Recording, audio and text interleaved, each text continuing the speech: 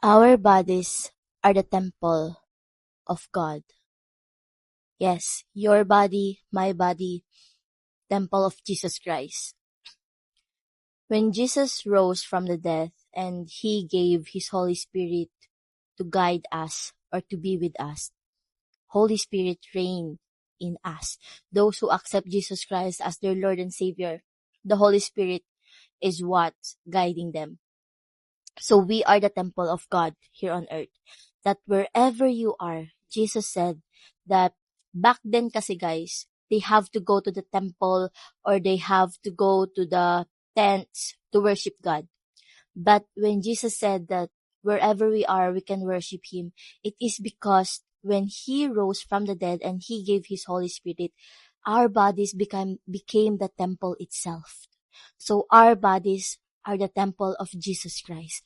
Our bodies are the temple of God. Yes, our bodies. But then, itatanong natin, if my body is the temple of God, why am I still tempted? Why am I still sinning? Why do I have still this urge? Why am I still seeking this? Why am I still yearning things that are not aligned with God? If my body is already His temple and if I already accepted Him as my Lord and Savior, if I'm already trying to surrender all parts of me to Him, all areas of my life to Him. But you know what, guys? Do you remember when Jesus became so upset and righteously mad towards these people at the temple? Do you remember when Jesus Christ was trying to get rid of those people, trying to make the temple of God, the temple in there made to worship Jesus, made to worship God Himself, God the Father Himself, made to worship Jesus Himself at that moment?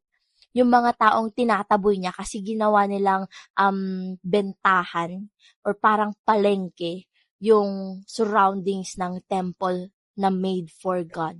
Nung ginawa nilang sugalan, ginawa nilang, alam niyo yun, tradings, yung doon sila nagbebentahan, andun yung mga pera, andun lahat.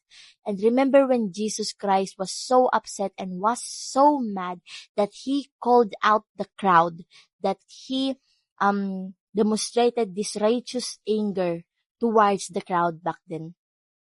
And sometimes that event, that scenario is us. That is happening inside our body. So remember, this is the temple. This is the temple, right? This is the temple. And remember that